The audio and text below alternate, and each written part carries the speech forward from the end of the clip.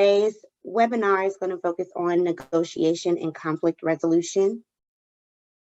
We decided on this topic for this month because it is a core competency of MCH leadership, and also many of us indicated in our pre-assessments that negotiation and conflict resolution was not an area that we felt very skilled in. So we wanted to definitely take time to unpack this together and learn about these things together.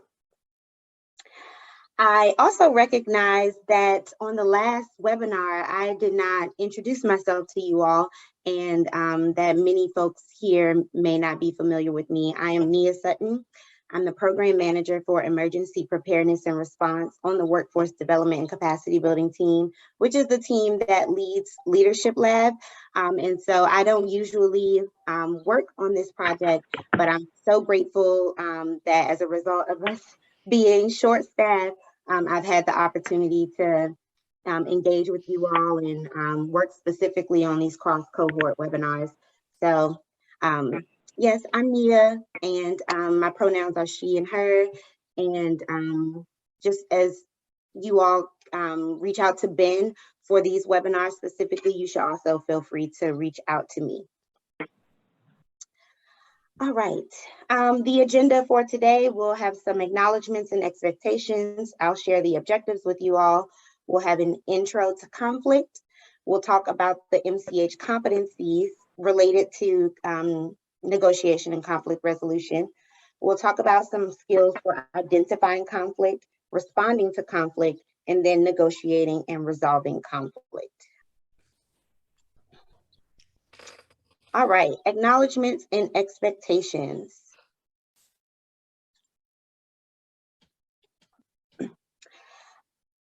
Engage, interact, and participate. So I'm also an adjunct instructor, and this is one that I always say to my students, because you can expect that I will engage, interact, and participate, and that is my expectation as well. And as I've already said, there'll be a lot of opportunities for folks to speak and share throughout this. So I just wanted to start with that so that everyone knows and no one feels put on the spot. And just to share that everyone is welcome to speak in this space. Also, I am not an expert on negotiation and conflict resolution. Neither is Ben, as far as I know. He's really good at it, but we're not experts on this. And so we don't have all the answers, but we will answer the questions as best as we can and make sure that we get you the answers to the questions that you have. There will be some portions of this that you may find triggering for different reasons, and that is totally okay. So I ask that you all just take care of yourselves as needed and take care of your human needs throughout the webinar as well. If possible, we encourage you to come on camera, but understand if you need to go off camera. We are 2 years into a pandemic and all the other things. And somehow we believe that we are like more capable to interact when we're not in person than we are otherwise. So I say all that to say, just use your camera feature as needed.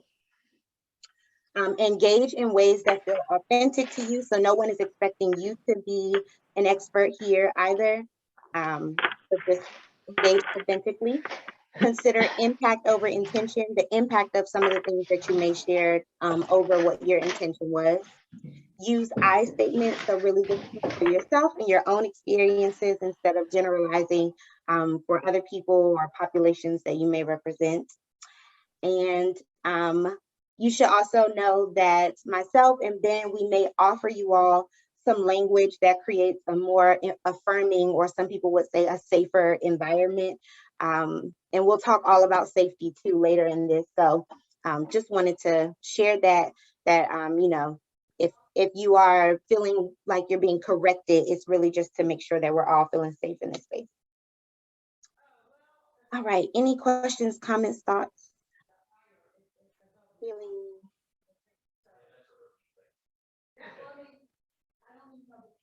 All right, and then I'll just give a reminder to ask everyone to remain on mute while you can. All right. Before we jump any further into this, I want to give a huge shout out and thank you to Stephanie Weber, who we got a lot and pretty much most of this content from. As I shared, we're not experts on this, but Stephanie is the training director for the Leadership Education in Neurodevelopment and Related Disabilities program, or LEND program, at the University of Cincinnati, in partnership with Cincinnati Children's Hospital, which is funded by HRSA. And so we wanted to definitely just extend thank yous to Stephanie, and then also provide this information so that if you do have any questions or want to do any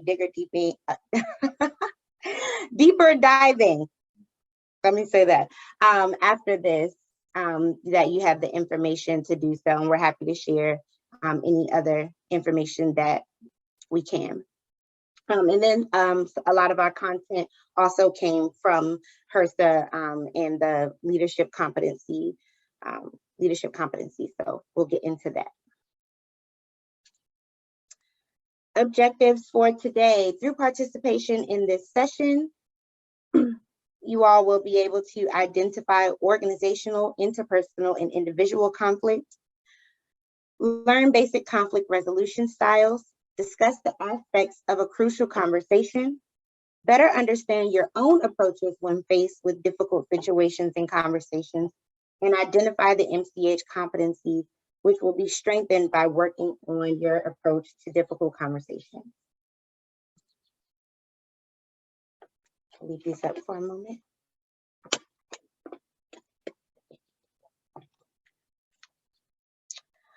All right, so I will first start with this clip from Sesame Street on conflict.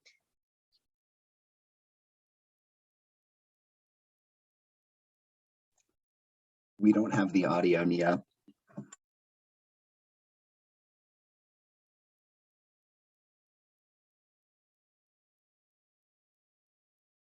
One second.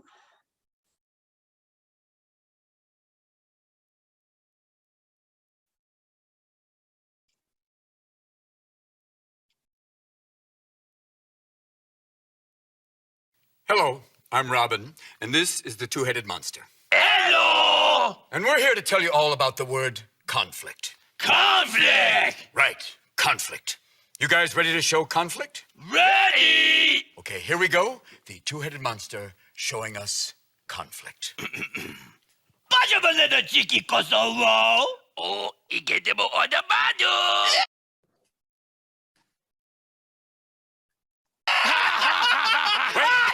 Time out, guys.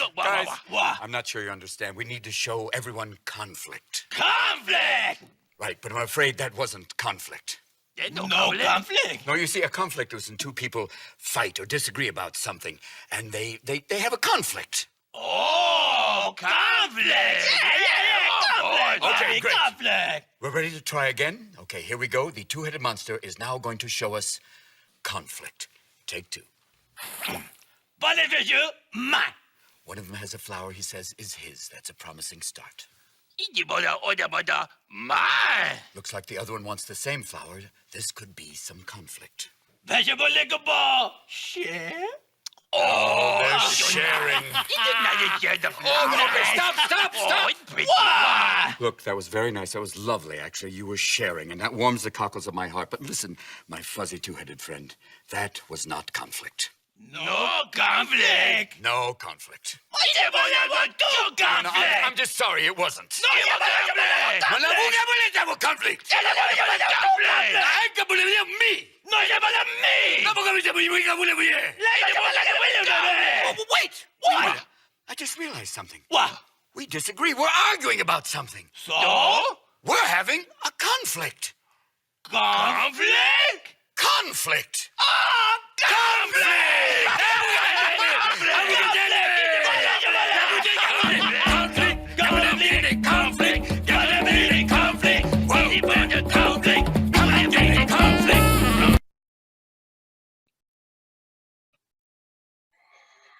All right. So I hope y'all enjoyed that as much as I did. It's good to laugh at Robin Williams. Love him. And also, just really getting into the next thing that we're going to talk about, everything that we need to know about conflict resolution, we've already learned as children, most likely in as early as kindergarten. Share, play fair, safety first, don't hit people, clean up your own mess, take a nap every afternoon, don't take things that aren't yours, say sorry when you hurt somebody, and when you go out to the world, look out for each other, hold hands, and stick together.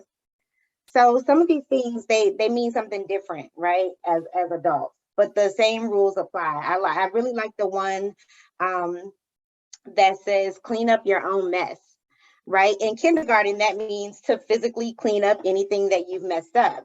But as adults, that kind of means like check your own stuff before you come into a situation with someone else, right? And then I also like the one that says, when you go out to the world, look out for each other, hold hands and stick together.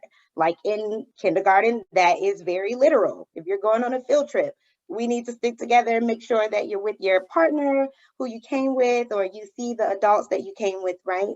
But when we're talking about conflict resolution as adults, that means that we need to stick together and stay focused on the end goal and make sure that we are, all looking out for each other and protecting each other and not intending to hurt each other, and things like that. So I just really love that clip and these basic principles about conflict resolution.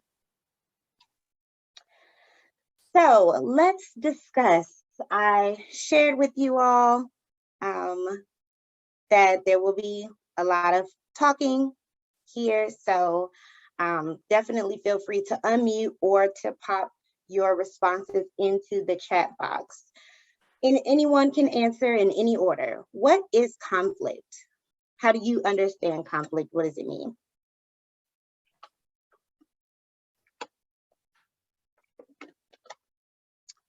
Conflict is a spectrum, absolutely.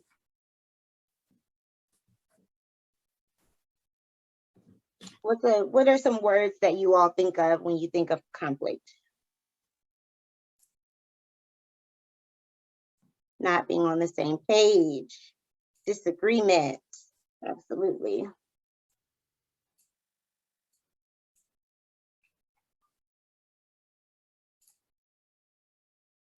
Anyone else? What is conflict? Friction, an argument, misunderstandings, having different goals, struggles. Absolutely. Unresolved disagreements, misalignment, all of these wonderful things. Thank y'all so much. Tension, ooh, that's a good one. So a lot of these words, they have like a connotation to them, right? Mostly negative. When we think of conflict, we don't always think of like good things, right? Melissa, I see that you came off mute. Did you want to share something? Okay.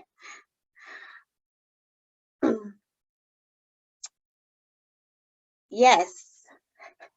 And Pat, thank you so much for sharing this with your licorice whips and your siblings. So yeah, we don't always think of like positive things when we think of conflict, but can conflict be good?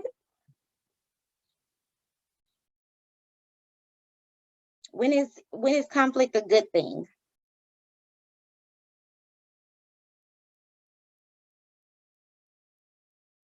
Yes, conflict can be good. Growth can happen. It causes us to challenge our assumptions and innovate. Yes. Helps us to resolve issues, gives us a better understanding, deeper understanding. Yes, all of those things. So conflict definitely has the potential to be a positive catalyst in the role of changing process, giving us a voice, all of those wonderful things. Absolutely, conflict can be good. All right, so this is a good one that you all will like. And when and why do MCH professionals experience conflict?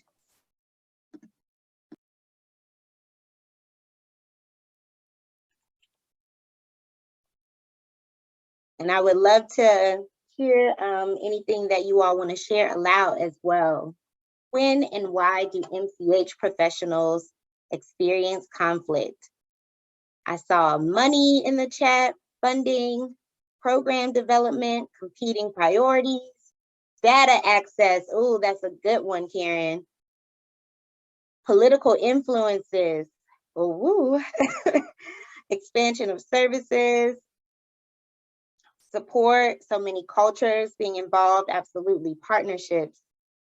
When we can't help someone, oh, Pat, that's such a good one. The conflict that we experience internally and even sometimes as an organization when it is beyond our means or capabilities to help someone. And, you know, working in this field, we all like work from our hearts. So absolutely. Biases and systemic isms. Yes, Jamie, yes. Red tape, all of those things.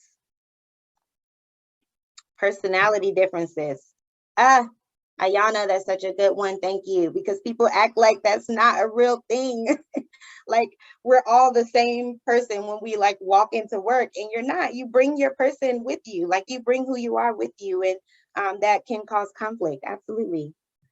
Having to cut staff, unclear roles and responsibilities. Absolutely. Absolutely. So we're gonna get right back into this. We're gonna get back into this conversation in just a moment, and you all can continue to float your ideas into the chat box. But I'm gonna pass it to Ben so we can talk about the MCH leadership competencies. Thanks, Nia, and I'll be brief. I think the MCH leadership competencies are a good thing to have because they're shared language for all of us, regardless of what we're doing. But it's sort of another one of those take what you want and leave the rest situations. Based on what you all have described in the chat, some of what I'm going to share may or may not resonate with you. But this is how negotiation and conflict resolution are defined in that foundational document. So negotiation is a cooperative process where participants try to find a solution that meets the legitimate interests of involved parties. It is a discussion intended to produce an agreement. And conflict resolution is a bit more directional, right? So it's the process of resolving or managing a dispute by sharing each party's points of view and adequately addressing their interests so that they are satisfied with the outcome. And that's a pretty loaded statement. There's a lot of components to that. And again, I think there's pieces of this that will and will not resonate with your experiences or even what's desirable. But it is there to help sort of guide the discussion, and there are other components of this. So next slide. I really like this one because again, I'll ask as I read these to consider the situations in which you find yourself or have found yourself, or if you are someone who is supervising or managing people. What are the situations that the people you're supervising or supporting are finding themselves in? And also, if there are people above you, what are the situations that those individuals may find themselves in that will have a trickle-down effect on the ways in which they interact with you? So leadership in public health environment requires knowledge and skills in these areas to address differences among stakeholders over community health issues, healthcare providers about appropriateness and quality of care, managers in regard to financial and administrative issues, which a lot of you have already brought up, providers and families related to access and services, again, something you all brought up organically, and then larger systems over policy, funding, and quality of care.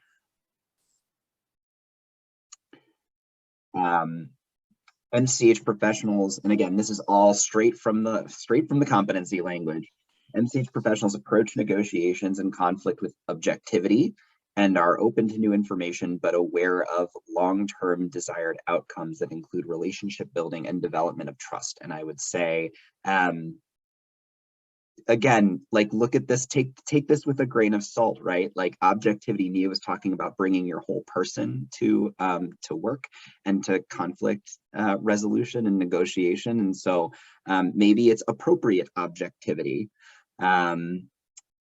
And a lot of times too, you know, we talk about awareness of long-term desired outcomes, but awareness of and ability to take action to address are sometimes a different thing and can cause their own, be their own source of conflict, both internally and between people.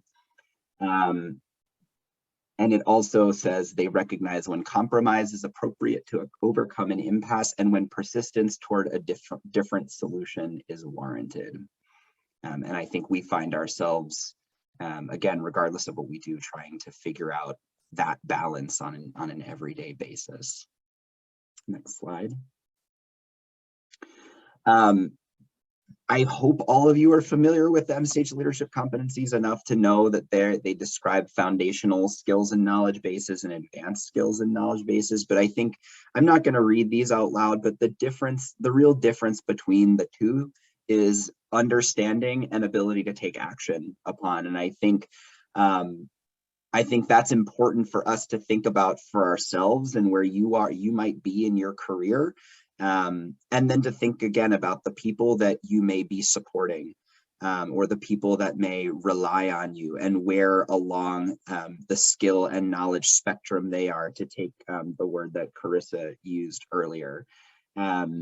So, you know, for example, at the foundational level, you're going to understand others' points of view and how styles can influence conflict resolution and negotiation, whereas on the advanced side of things, you're going to be able to navigate and address the ways culture, power, socioeconomic status, and inequities shape conflict and the ability to come to resolution.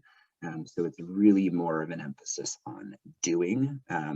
You know, you look at the difference between the verbs even that start those sentences, and again, you'll see sort of it's a completely imperfect statements, but the sequence, there is some logic to it. Next slide. And this is really important. Nia mentioned this in the objectives, but I love that we're explicitly focusing on negotiation and conflict resolution because it has implications for so many other competency areas. It requires immense self-reflection in terms of thinking about how you go into a conflict, how you might be a source of conflict, and how you resolve conflicts, ethics and professionalism, critical thinking. Again, that goes back to the foundational skills piece of being able to understand others' points of view and where they come from. Certainly communication, you can have the best message, but if you are delivering it in a way that's not going to resonate with people, then you're going to probably experience deeper or more significant conflicts. I like that we added humility in there. Again, the MCH leadership competencies are imperfect, but I think that the concept of cultural humility is really important in these in the practice of negotiation. We'll dive a little bit deeper into that later as well. And then certainly interdisciplinary team building. Is there a culture of conflict? Where is that stemming from? Are there differences in terms of how folks are experiencing the workplace based on what their roles are and what they're supposed to be doing? There's a lot of murkiness there. So that's it for me on the competencies. But again, I just wanted to bring us back to something that can potentially ground us all and can be a source of deep thought for you all as you consider how to grow in this area.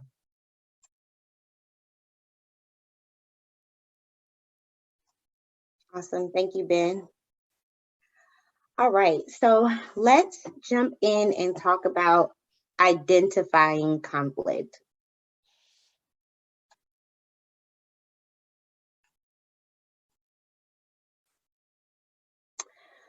All right, so we know that conflict happens at different levels, and it can happen at all levels of the socio-ecological model.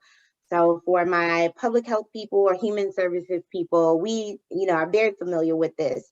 At the greatest level of the socio-ecological model, that's where we're talking about national, state, local laws, and that can even get into global policy. So conflict at that level may look like war, where conflict at the community level can be conflict between different organizations, right? So maybe conflict that is happening at conflict happening between the Department of Public Health and Department of Social Services, right? Organizational conflict. These organizational, interpersonal, and individual are the ones that we'll focus on today. So we already talked about some conflict that can happen with MCHers, and at the organizational level, that can look like having different views or having limits on what you can do and different things like that. At the interpersonal level, that's conflict that happens between two people or between groups of people. And then we also experience individual conflicts that we have with ourselves and with our, heart versus minds or things like that. And so we'll get all into that. So, organizational conflict. What are some signs? Sources of potential conflict can include working in interdisciplinary settings, as you all have named already, differences in terminology and norms between professional identities. That's a big one for me because sometimes when I come into a room and everyone's using acronyms that I don't understand or that I don't know, that feels like a conflict for me because it's like, should I know these things? Are you all like, being exclusive intentionally? So that's definitely a big one. Working with groups with different interests, and varying theories and strategies pertaining to conflict management and negotiation. You may be working with some folks who are like, well, let's just let the boss decide, let the leader decide, and that is how we will resolve this conflict, where other groups may want to have a group consensus. Are there any other signs of organizational conflict? How do you know when an organization is at conflict? What else would you all add to this list?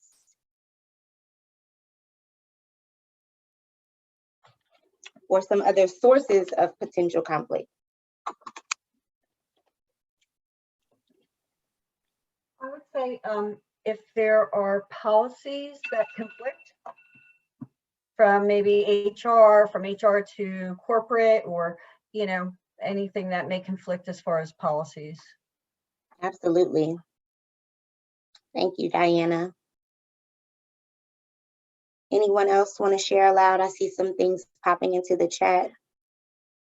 So it's like two questions I'm floating. What are signs of organizational conflict? Like, how do you know that an organization is experiencing conflict? Maybe looking from the outside in or even being a part of it. And then what are some other sources of potential conflict? Things not getting done, tension, silence. Woo, we're gonna get into that in a minute. Differing interpretation of duties and responsibilities and policies absolutely can be a source of conflict. When there is an extreme, sometimes a mass exodus, absolutely. I started at an organization when my first job in public health, and like 6 people quit within my first 4 weeks there. I'm like, is this a sign? And it absolutely was. Lack of communication, staff turnover, undermining people, blaming. Oh, y'all are all into our presentation today. Yes. Power vacuums, practice versus policy. That's such a good one. Yes. aggressive, strong, leadership personalities, all those things. Okay, excellent. Thanks, y'all. Let's talk about interpersonal conflict. Some sources of potential conflict can include differences of opinion, communication styles, or just poor communication in general, lack of cultural humility, empathy, and compassion, power struggles, and intentional acts of harm, which is something that has to be named because sometimes people do things intentionally. And so what are some other things that you all would name to add to this? What are some other sources of conflict on the interpersonal level between two people or two groups?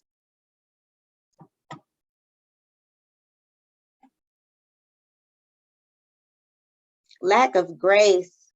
Ayana, yes. Ooh, clicks. Come on, Diana.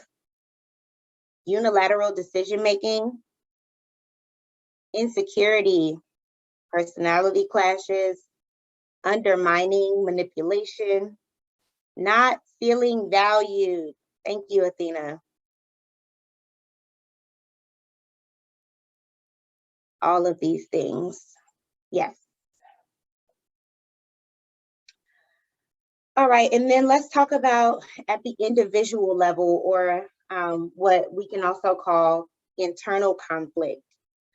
So some sources of potential internal conflict could be fear of causing conflict, inability to take a strong stance, personal beliefs and values differ from the larger group or organization, thinking about the greater good versus what's best for me. What are some other sources of internal conflict? Think about when you experience internal conflict, what are some of the reasons behind that?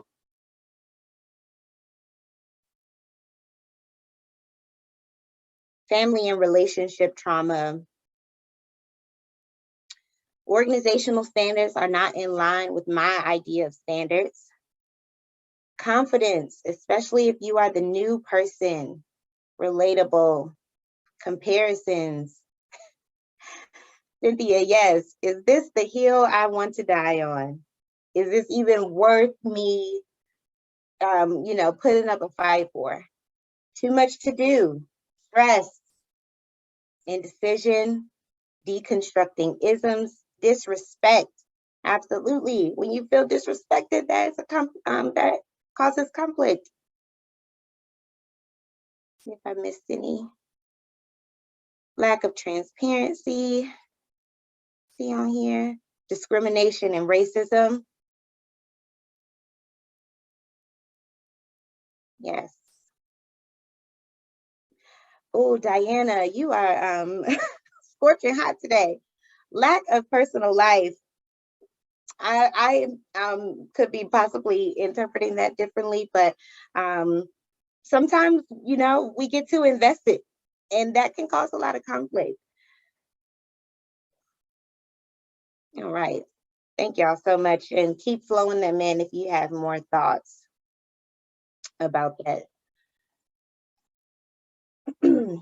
So let's talk about how to know when conflict is happening. We identify all of those potential reasons. And the skill that we're learning here is learning to look for when a conversation turns crucial. So the first step in identifying that conflict is happening is to take time to identify your own emotions, physical responses, and behaviors. And I think that that's something that, maybe we should do if we know that a conversation is going to be crucial. That's probably something that we should check in with ourselves before the conversation happens. Like, okay, I know that this meeting is going to be an uphill battle. How am I feeling right now in this moment? Am I feeling anxious? Am I going in with questions and feeling confused? Am I having a really good day? And so I am, approaching this with a little bit more happiness than maybe some other people would be. Am I feeling guilty about a decision that's made and feeling pressured to have to answer questions in this tough conversation? So really checking those things and taking time to identify our own.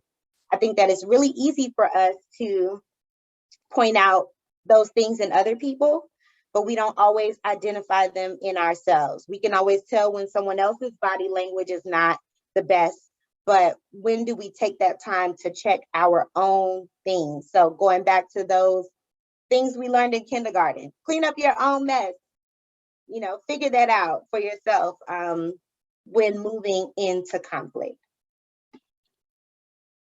Let's see, we have some comments in the chat. Self-awareness is really key. Yes. All right. So let's talk about the silence to violence continuum, because when we think about identifying those emotions in others and in ourselves, sometimes our initial responses fall somewhere on this silence to violence continuum, right? Because we're not perfect and we don't always get it right the first time. And when you move into conflict, your first thought may not be, let's think about how to resolve this. Your first thought is, I'm angry, I'm feeling some type of way, I'm frustrated. And so where do we fall in the silence to violence continuum? So silence is any act to purposely withhold information from the pool of meaning, right? So we all know like what the silent treatment is, right? And then violence can be described as any strategy or attempt to control, convince, or compel others to your point of view.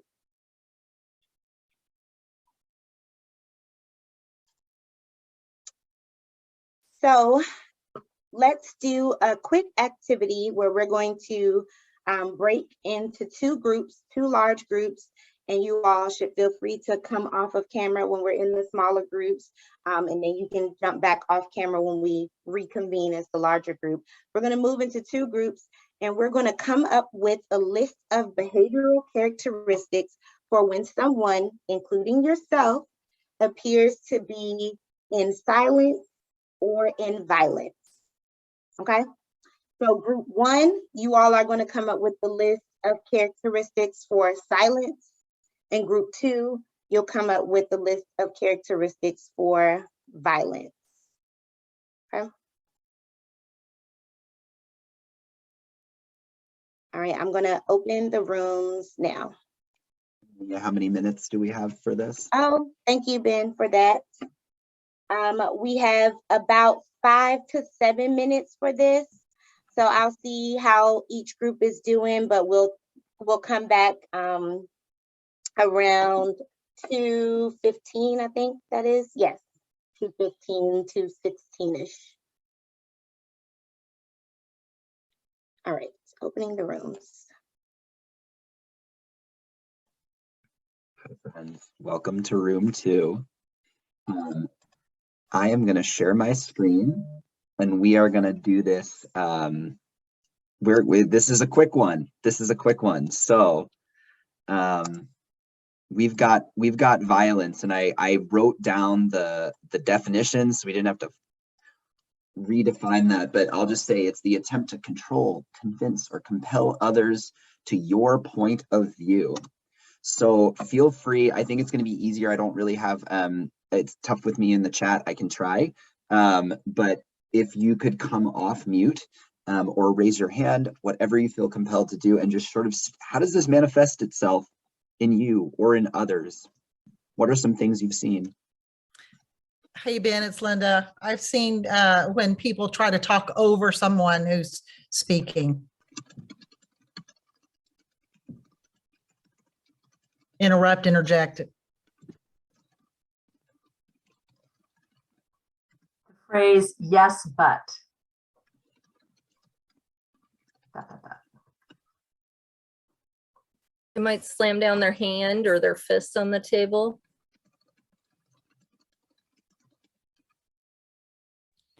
Might try to discredit the other person's opinion or idea.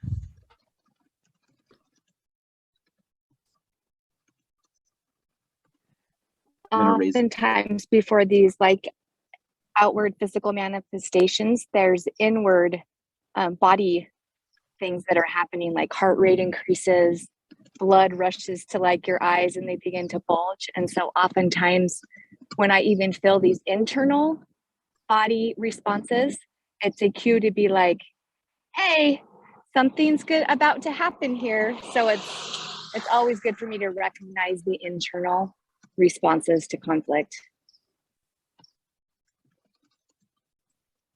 Any sort of intimidation, like any sort of like towering or just, that's kind of hard to explain, but intimidation tactics. Yeah, like that body posturing. I've always said that people can be so passive, it's almost violent. So I don't really see a lot of overt, because people know that's a quick way to get fired, you know, but they can just be really kind of passive aggressive. That it's to me, it's almost the same thing.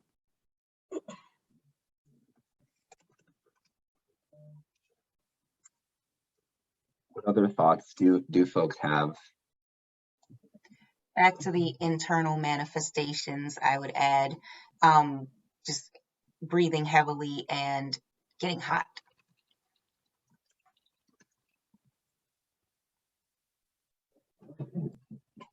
Things like shutting down and ignoring others' ideas.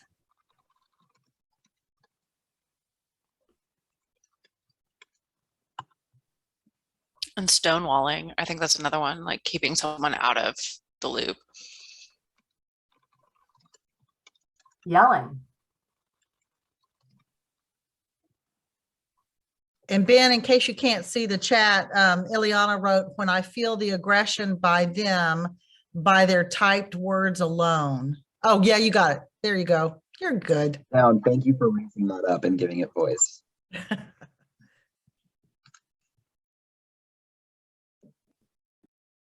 Any more things that come to mind on this end of the spectrum?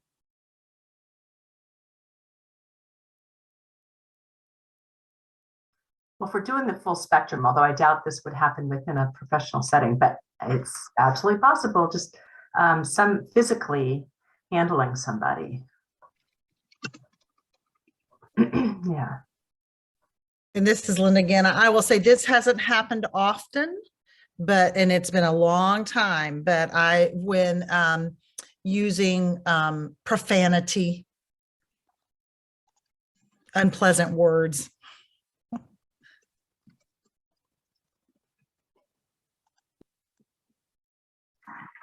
Sometimes this can even have a trickle down effect. Like I have a close friend that's experiencing this, that at home, somebody who was upset with her had talked about it at home. And so now their kids at school are actually having conflict as a result of the parents having conflict at work and becoming physical.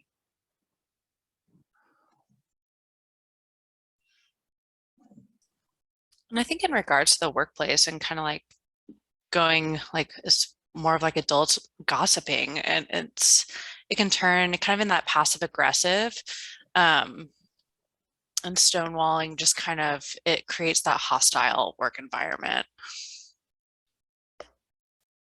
I think along with that, with talking or behind someone's back, like exclusion, like you identify that someone doesn't agree. And so then you say, oh, we'll schedule another meeting that maybe doesn't include so-and-so.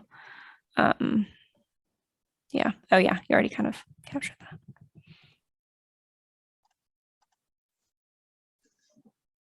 We have just under a minute before we break up. And I know this isn't necessarily like the most fun activity, but we're doing this for a reason. It's because we experience all of these things and never talk about it directly. So any other thoughts for the group here?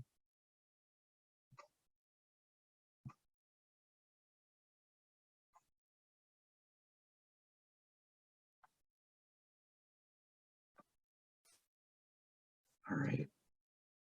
I'm going to stop sharing, and I think we are all able to jump back into the main room, and I will see you all there. Thank you for sharing.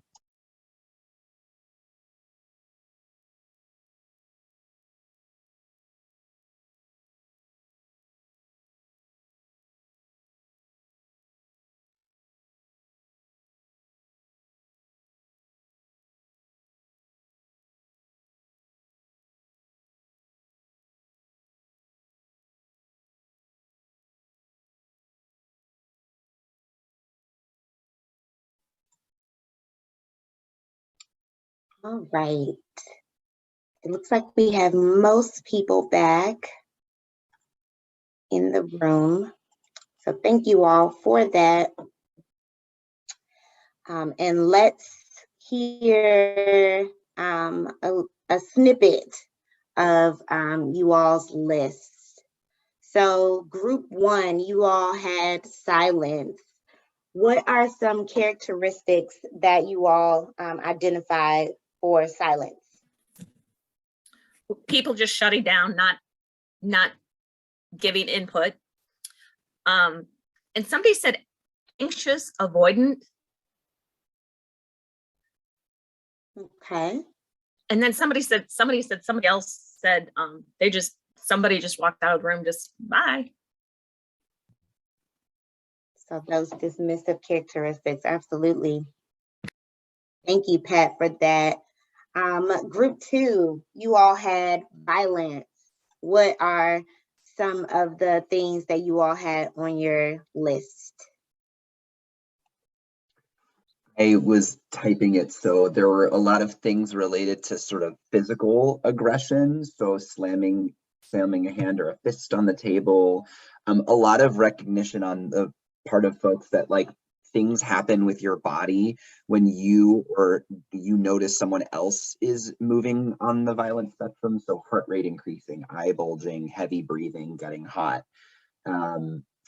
We talked a little bit about intimidation, like towering and body posturing, and then something, just yelling or using profanity. But then there were other sort of smaller things like interjecting, using yes, but as a way to shut someone down, actively discrediting others' ideas or opinions, or doing it behind their backs as a form of violence too. So that was the range of things. Awesome. Thank you, Pat and Ben, for sharing, and Jamie for sharing in the chat box as well. Ben, like I said, I know you all had a typed list, so if you want to copy and paste those into the chat so that our silence folks can see what the violence group came up with. Maybe not the violence group. Okay. Thank y'all so much for that. So the continuum of responding to silence or responding in a silent or violent way. For silence, all of the things that you all named can be categorized as masking, avoiding, or withdrawing. And for violence, they can be labeled as controlling, labeling, or attacking. Masking is understating our true opinions. I feel that this is definitely something that I do often out of fear of like causing more conflict or out of fear of being judged for having the true opinions that I have. Avoiding, steering completely away from sensitive issues. And withdrawing is pulling out of the conversation completely. So you all name that, like leaving the room or something like that. Violence. Controlling can be coercing others to your way of thinking. Labeling, putting a label on others or their ideas so we can generalize them and ultimately dismiss them. I like this example that they have. You're not going to listen to them, are you? And like we always know like what that them means, right? And then attacking, where the goal is to win an argument and make others suffer. And response to that.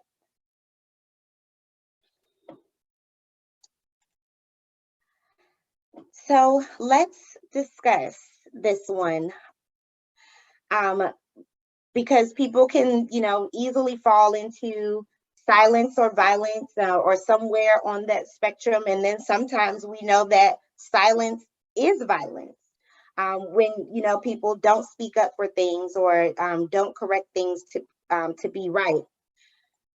So how might one's culture or identities play a role in the way that they respond to conflict? And you all can come off mute or drop your thoughts in the chat box. And then my second question, what role could trauma and background play in the ways that people respond to conflict?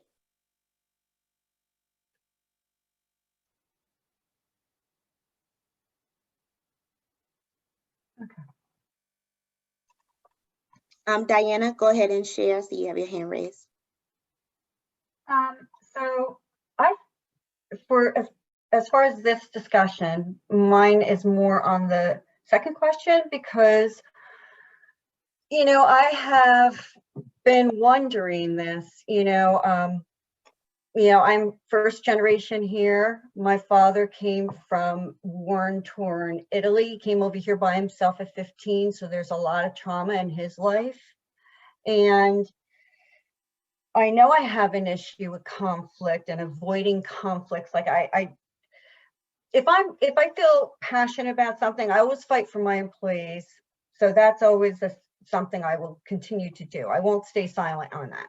But as far as I get like my chest and everything, and I'm like, why am I so afraid to just discuss ideas? Like, I don't understand it. And however, when I look at my childhood and how I grew up, and some of the trauma that my father experienced, he kind of put some of that on us, and we really couldn't express ourselves when we were young, and we were not allowed to give opinions, or you just did what you were told, and that was pretty much it. So I do see that has kind of kept me from evolving, is not being able to speak up for myself. I can speak up for other people, but myself is a whole another. So I never speak up for myself. But yeah, I do. I get very anxious. I get very defensive. I get very, I push. And, but I also know that if I don't, I will never be able to, nothing will go through, nothing. And so I have to, it's almost like the culture is affecting the agency culture affects how I respond, because I know that they don't want to give raises. They don't want to do certain things or restructure something. So when you're talking, and this is where program development comes into play, and that's always a sticking point in the agency is who's going to be in what role, how far are we going to take it. Yeah, so there are things like that come into play when we talk. But I do recognize that trauma and my lack of coping skills affects my ability to respond to a conflict in a manner that does not make people go, oh, here she goes again. Yeah, thank you so much, Diana, and for that vulnerability and sharing that. Jamie, I see that you have your hand raised. Go ahead. I was just thinking about how I'm someone who moved to the Midwest 6 years ago. So thinking about how growing up in the Southeast, coast shaped my conflict style, and how I'm sort of learning more Midwest, so that culture, even within the US, feeling quite different. I'm sure a lot of other women here can relate to how having a more violent conflict resolution style, or can feel like it's different for us than when a man approaches it that way. And then I'm also thinking about my ex-husband, who is not from the US, and how just culturally that played into our marriage and how we handled things. So it's a really interesting question. Thank you so much for that, Jamie. And what you said about being a woman definitely speaks to me and my experiences, especially being a Black woman. There are stereotypes that exist in our society about being angry or being aggressive. And so that definitely plays a role in how I respond to conflict, because someone can do something to me that justifiably makes me angry, but I have to consider and filter through how angry I'm allowed to be, how I'm allowed to express that anger based on these stereotypes that exist, and my own feelings and internalizations about that stereotype. So thank you so much for that. And then I see some wonderful responses in the chat. Thank you, Marcus, for that. The same as Black men. Absolutely. So yes, thank you all so much for these comments. Definitely feel free to scroll through the chat, because we won't be able to read through all of them, but I just appreciate everyone's vulnerability and thoughtfulness there. All right, so I'm gonna pass it back to Ben so we can talk about responding to conflict and crucial conversations. Thanks, Nia. And I think this is I hope this is a helpful bridge to what we were talking about, where we're sort of identifying the signs and sort of what causes conflict and how it manifests. And a lot of the things that we identified in that last activity are things that are problems. These are things that leaders shouldn't be doing or shouldn't be encouraging others to do. And this is our transition point to what do leaders do? And the two questions that Nia asked is a thing that leaders do, is to consider those kinds of questions that, like we said, conflict resolution and negotiation amplifies your ability, or it necessitates your ability to engage the other leadership competencies. So critical thinking, cultural humility, it is all a piece. And so Nia mentioned earlier crucial conversations, and this is a term that was coined in a book that now has, like three different volumes or three editions of it. And some of you may be familiar with it.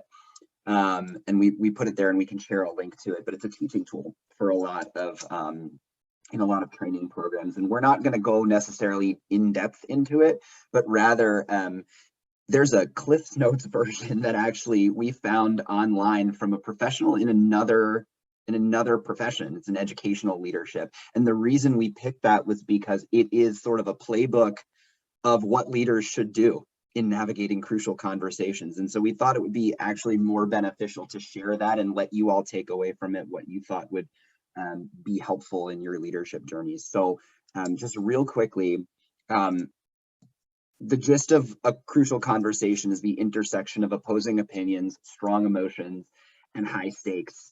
Some of you might be familiar with the impact matrix in thinking about what's the effort that's going to be required and what's the impact that's going to be had. It's really a similar tool to that, but it takes opinions and emotions into consideration. I think we'd all agree that everything that we're doing is high stakes from a long-term perspective. But let's get into Nia, next slide. Let's get into this. So Nia mentioned safety. So what do good leaders do in navigating crucial conversations in challenging situations? They put safety first. When stakes are high, opinions vary, and emotions run strong, everyone in the conversation needs to feel safe. So leaders look for signs of fear. They bring the conversation back to safety. It kind of, goes back to like what are the essential conditions to even be able to have a conversation with someone if you know that, for example, one way to negotiate conflict is to avoid it? How do you get people even there?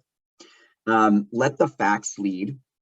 It can be easy to confuse the stories we tell ourselves and the facts. Focus on the facts to keep dialogue on track. Super important. And it also sort of, when we think about what it requires of a leader, it necessitates that you understand the context in which you're operating. And you bring a degree of expertise to those conversations. So part of this is preparation. Look within. This is analogous to the MCH leadership competency of self-reflection. And it goes back again to your locus of control. You know what you can control, you know what you can't control. Finding mutual purpose. Leaders find mutual purpose. This is really critical. I mean, so much of, even though we don't talk about it like this, so much of our work is sales, right?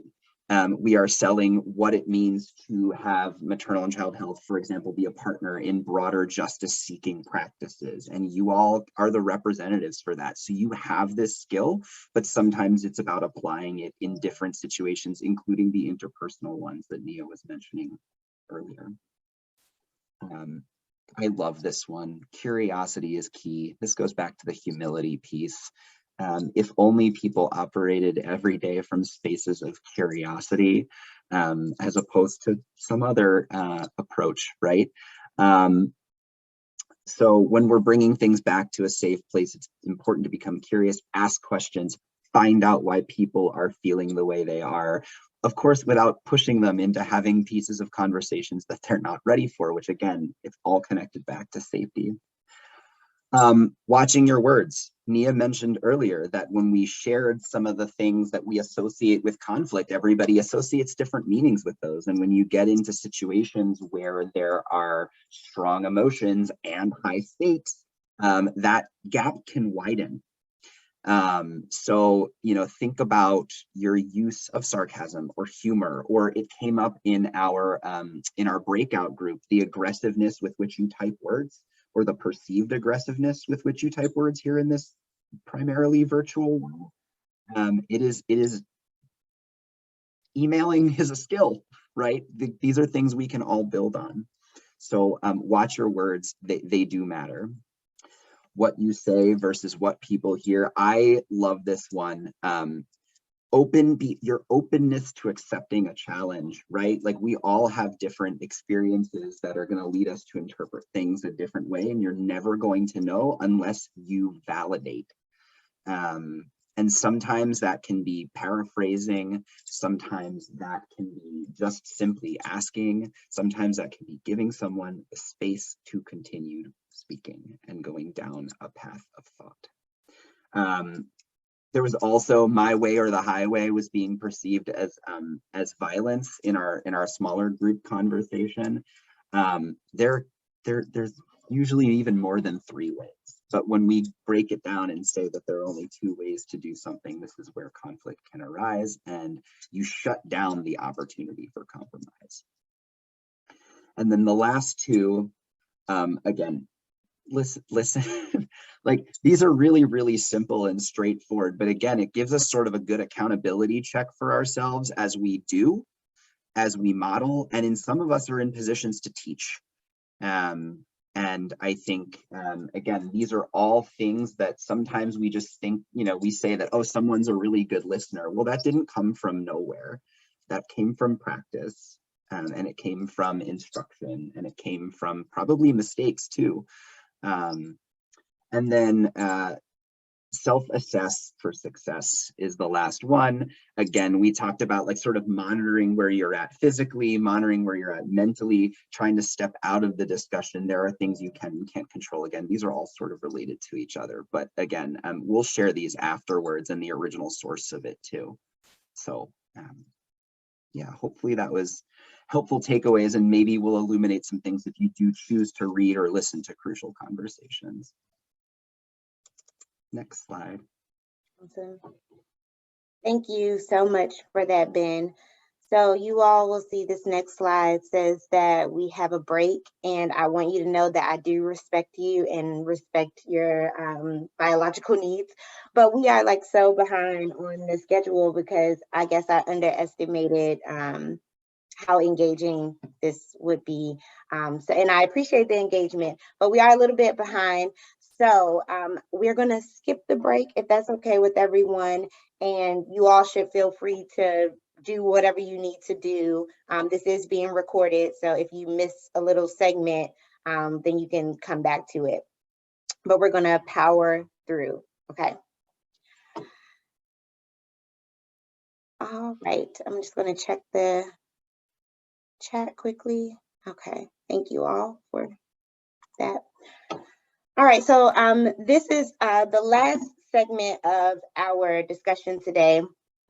And we're going to talk about negotiating and resolving conflict. We've talked about identifying and responding, but how do we get to the good stuff?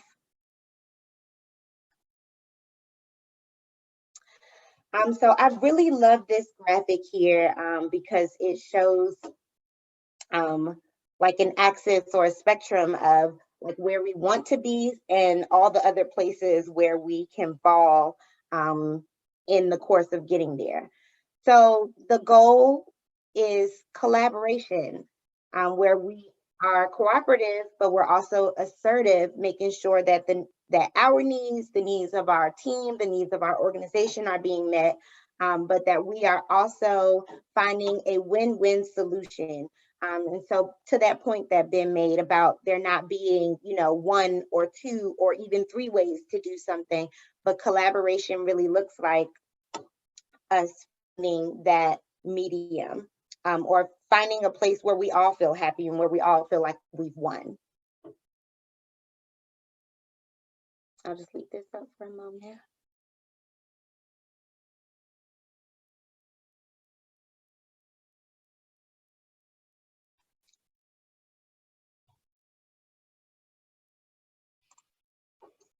All right, and so we are going to watch another clip from YouTube, and this is a TED Talk from Kwame Christian about finding confidence in conflict, and I really love this TED Talk. It was so good, so we're going to get into it.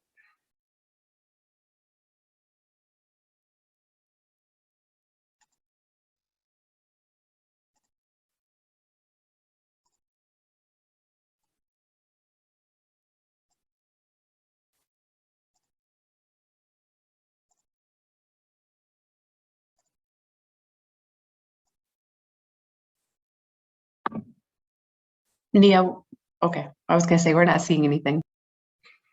Yes, I am just really not that tech savvy. It might seem like it, but I'm not. No, you're good. I just wanted to make sure we weren't in a misunderstanding. Yes. Thank you, Rachel. Okay, I'm gonna press play. I'm a business lawyer and a negotiation consultant, so my professional life centers on effective conflict management. And today I'm going to tell you the story of one of my most serious conflicts. In order for you to wrap your head around the gravity of this situation, there's something important you need to know about me. I love Cinnamon Toast Crunch.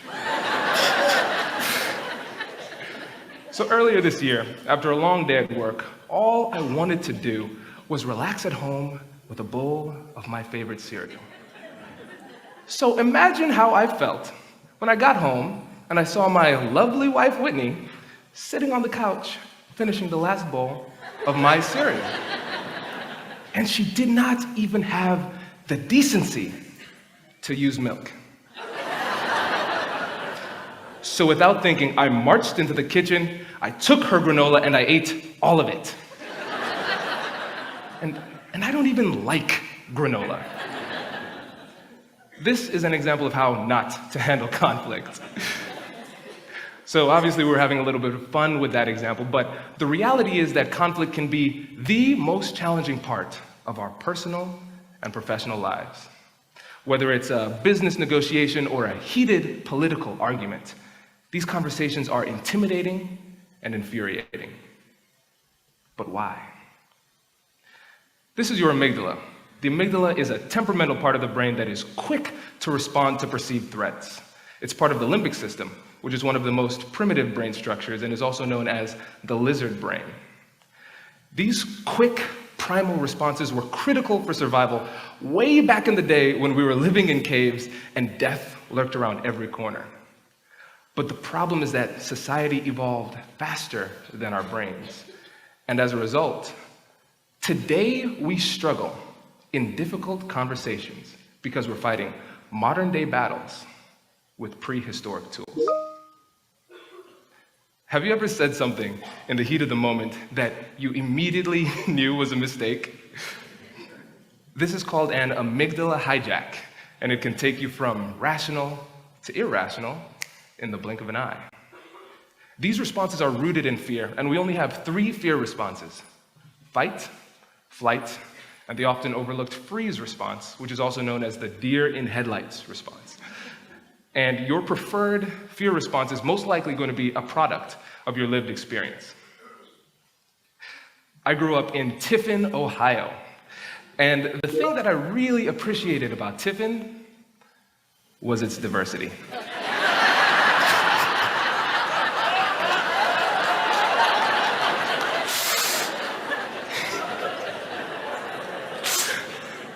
On top of that, my family's from the Caribbean, so I had a strong Caribbean accent when I was growing up. So not only did I look different, I also sounded different. And not surprisingly, this combination made it real tough for the young boy to fit in. So because of this, I became obsessed with finding ways to gain the acceptance of my peers, and eventually, I became one of the most popular kids at school. But this came with a price. I became deathly afraid of saying or doing something that could potentially jeopardize the relationships that I worked so hard to create. I became a people pleaser, and this made it less likely for me to stand up for myself in difficult conversations.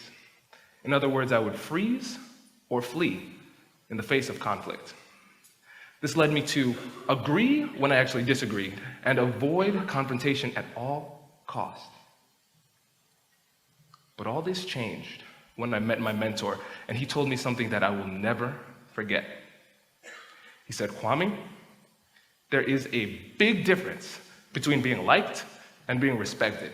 And if you want to have personal and professional success, you need to be willing to engage with conflict." So after that meeting, I forced myself to have the difficult conversations that I spent my whole life trying to avoid. And as I built this new habit, I discovered something life-changing. Conflict is an opportunity. Conflict provides you with the unique opportunity to either repair and strengthen valuable relationships or identify and remove malignant relationships with minimal damage. So how do we actually engage with the conflict at hand? You remember fight, flight, or freeze? I suggest that we use a more evolved response to conflict resolution, something that I like to call compassionate curiosity. Now, the distinction between curiosity and compassionate curiosity is more than just semantics. For example, you could start a conversation off like this: "What the hell is your problem?" Curious, yes. Compassionate, no. Or you could start a conversation like this: "How do you feel about this situation?" Compassionate curiosity fosters a genuine desire to understand that is tempered with empathy and respect. Approaching conversations in this way naturally causes you to ask better, deeper, and more penetrating questions and listen more effectively. What makes this so hard is the fact that we need to be vulnerable. We need to be willing to suspend judgment and open ourselves up to the scary possibilities of either being wrong or potentially losing a relationship. Compassionate curiosity is the key to taming the lizard brain. Slowing down and asking these high-level questions forces you to use the most evolved part of your brain called the prefrontal cortex. This is where you find logical reasoning. Whenever you get lost, confused, or scared in these conversations, compassionate curiosity will be your North Star. You can look to it for guidance when you don't know what to say. You can lean on it for support in your most difficult conversations. And as you start to build this new habit, you'll realize that it actually takes pressure off of you because your goal is to learn, not to teach. Here's an example. Earlier this year, I found myself in a heated contract negotiation. The guy on the other side was furious.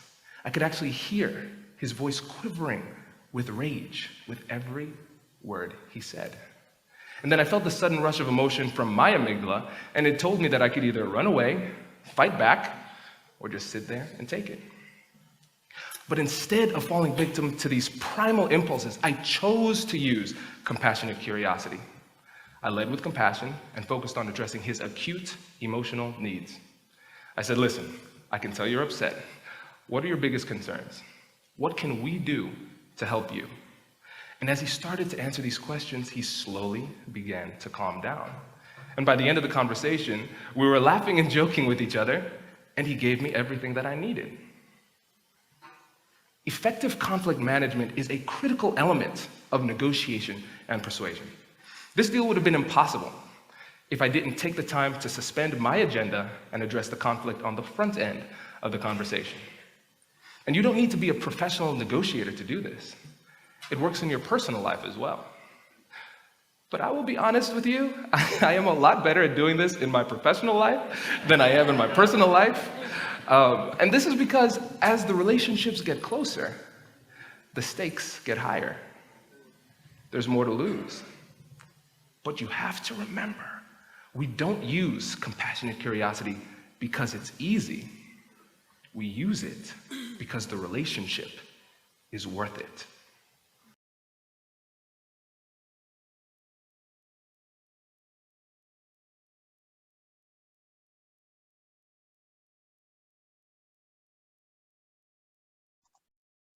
Right. Can I see you? Okay. All right, so thank y'all for that. I know that's a longer than usual video clip for a presentation, but if y'all, I'll drop the link or share the link after this so that you can watch the full clip. We got like the bulk of it, but it is a really good TED Talk. And if y'all have any reactions to anything that was shared, definitely feel free to drop them into the chat box. The part that he shared about moving into people pleasing, that is something that I'm like working through now in adulthood, and it's very interesting to like unlearn those ways. So thank y'all for that. So we are going to power through these next few slides here. So just some reminders, there's never only one right way to do something. And if you are inviting others' honest responses, then it's important to check your defensiveness, right? We don't want to punish others for their honesty by appearing punitive or unwilling to hear difficult emotions. And I think that that's a really big, important part. Like, we want people to be transparent, but how are we creating a culture of transparency?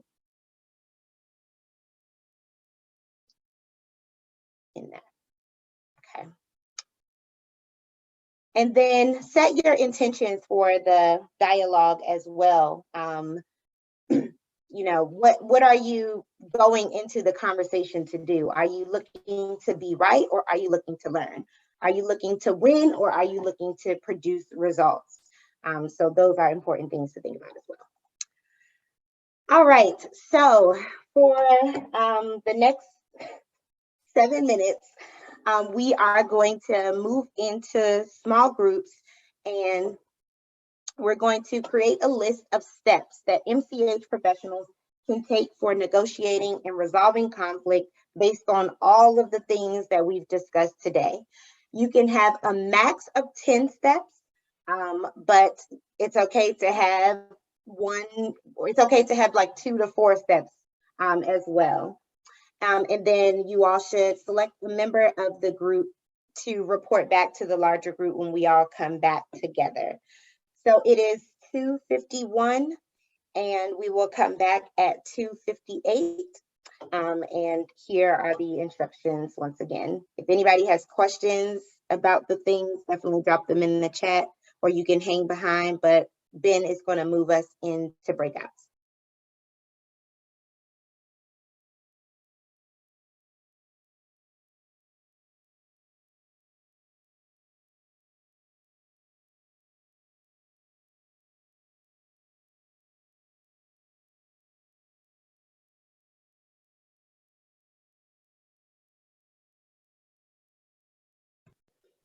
Mia, do you have a room? You want me to just, I think you and I can both choose our rooms, right?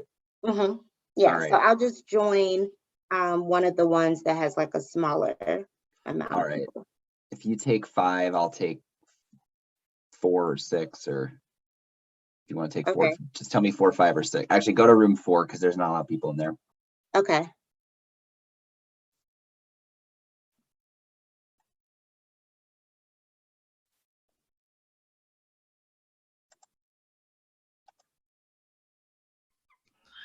Or hey, Ben's here. Ben, do you want to be the reporter?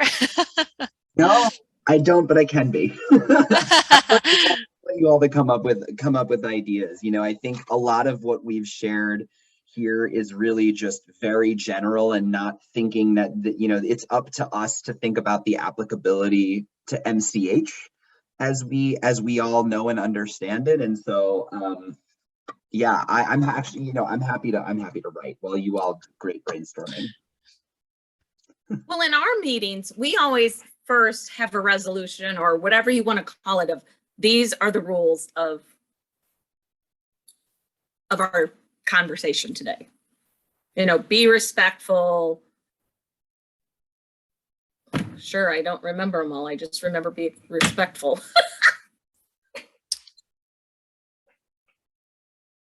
I know because I facilitate a pretty strong-minded group, I think is the word to say. And when things do get heated, we all take kind of that breath when everyone's trying to talk over, and it can kind of turn into I think identifying when things are starting to get heated, and having everyone take that breath and acknowledging when people aren't being heard.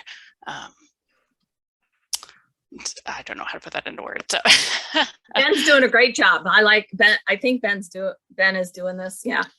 Yeah. So keying into someone's emotions, kind of what we just heard, like having that person who is aware and acknowledging people's feelings. And two, I think if a person has shut down and just has that glazed look on their face, always give them time to say, well, you know, what do you think? What are your suggestions? Bring them back into that conversation, even maybe if they're trying to avoid it, because they might have a better solution than everybody who's being violent, so to speak. When I worked in a local health district, because we would shut down restaurants and fail sites for septic systems and so on and so forth, people would come in rearing to fight. And what I used to do is I would let them vent, as long as they weren't being violent or disrespectful. I would let them vent and just listen to them. Yeah. And that's, so it would start with listening, and I would just let them calm down and get it all out, and then we would talk through it. Giving everyone a voice. Yeah. I think on that same kind of line is like acknowledging their perspective. You don't have to agree with it, but like acknowledging what they're saying, I think goes a long way a lot of times. I love how you put that.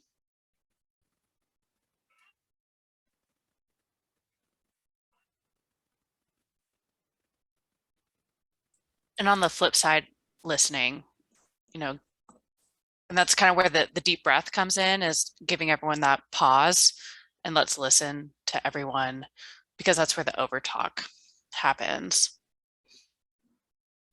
And maybe, what's the word I'm looking for? Restating what somebody just said. So, you know, like start with, so I don't know who it said, but start with listening, give everyone a voice, acknowledge that what people are saying. I don't know who said that, but that's what you were saying, right? Active listening. Yeah, I think you're talking about active listening. Thank you. Thank you, Marcus. That's exactly what it is.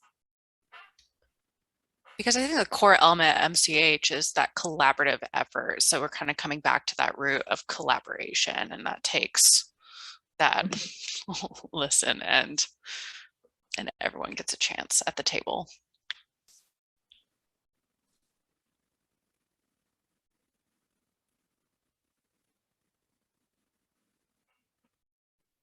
Megan, did you have anything? I don't think you've added to this.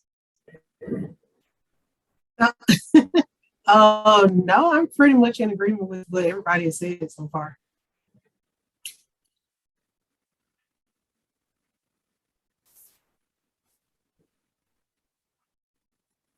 How many do we have so far, Ben? We have a good list. It's 5, but it's pretty comprehensive. And I'm gonna close all the breakout rooms because we are really running short on time. So we have 60 seconds. But I think we've got it, don't you guys? Yeah, we can leave. We got it. All right, well, thank you all for, it's really interesting just to like hear what folks want to see happen after spending a long time talking about like when things don't go right. And again, like that's kind of where we wanted to go with this. So thank you all for your engagement in it and really building on each other's ideas really wonderfully. So I will see you all back in the main room to close it out. See you guys in a little bit.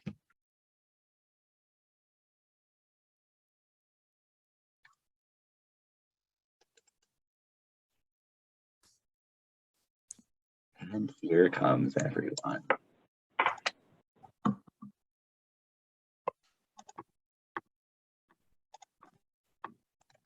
All right, welcome back, everybody.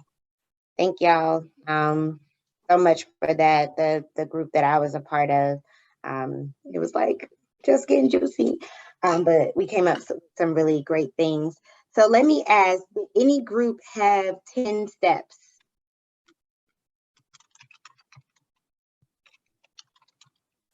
Did any group have 9 steps?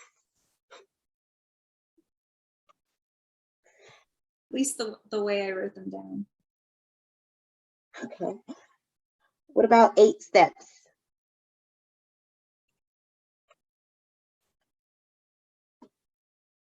Did any group have 7 steps?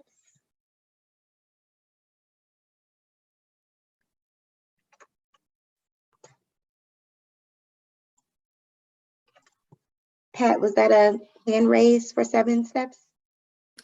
No, I was just saying we have 5. Okay, anybody have 6?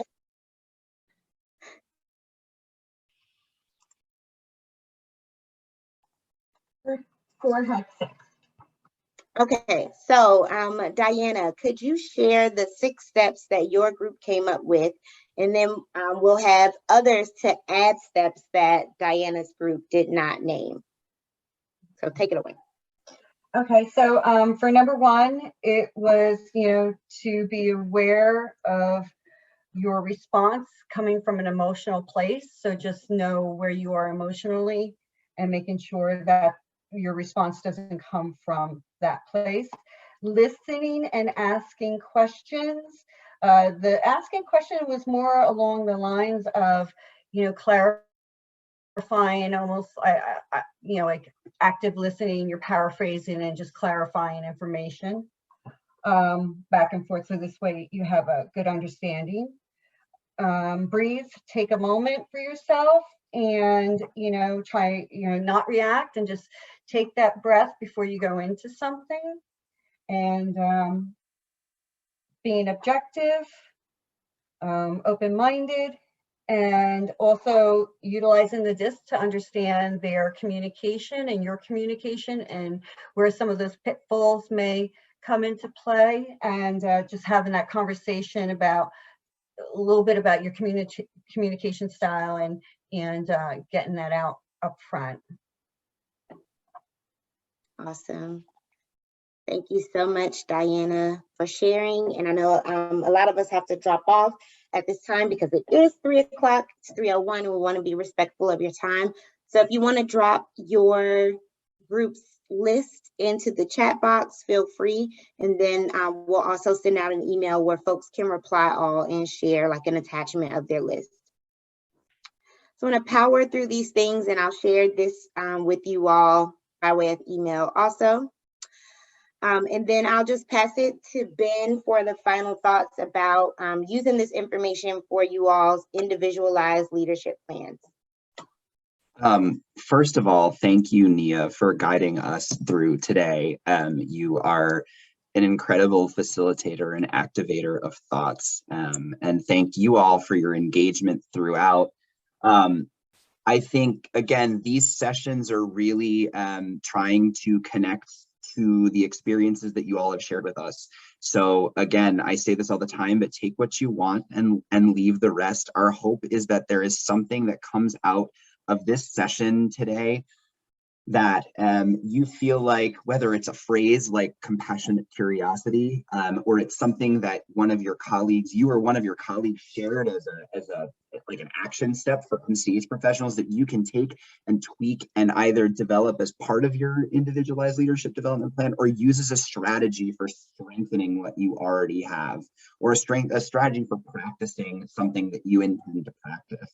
So that's really the lasting piece of this. We will share the recording. We'll share all this great stuff from the chat box. And again, thank you all for your vulnerability, your openness to this topic, which really wasn't originally on our radar, but you all elevated it to be. And I know for some of you, this was revisiting material that you're familiar with. And again, hopefully it prompted you to think about something in a new way, or with the experiences that you've had since you've gotten a training like this. So again, thank you all, and a special thank you to Nia for guiding us through today.